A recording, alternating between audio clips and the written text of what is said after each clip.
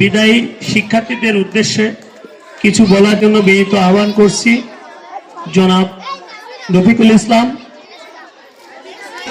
সহকারী শিক্ষক, খোকসা জানিপুর মডেল সরকারি প্রাথমিক বিদ্যালয়।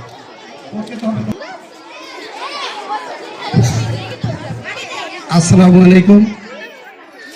আজকে চেয়ারে তাড়াতাড়ি একটা কথা হবে না, শুধু বসে শুনতে হবে। নমস্কার, আমার নাম শুভ শর্মা। আমি পঞ্চম শ্রেণীতে পড়ি।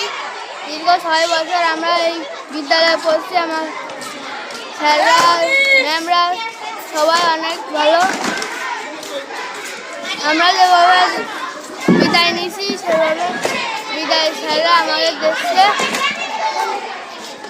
কষ্ট লাগছে, অনেক কষ্ট লাগছে, অনেক আনন্দও লাগছে। এই বলে আমি আমার বক্তব্য। তোমার স্যারেরা আছে, আমাদের স্যারেরা আছে।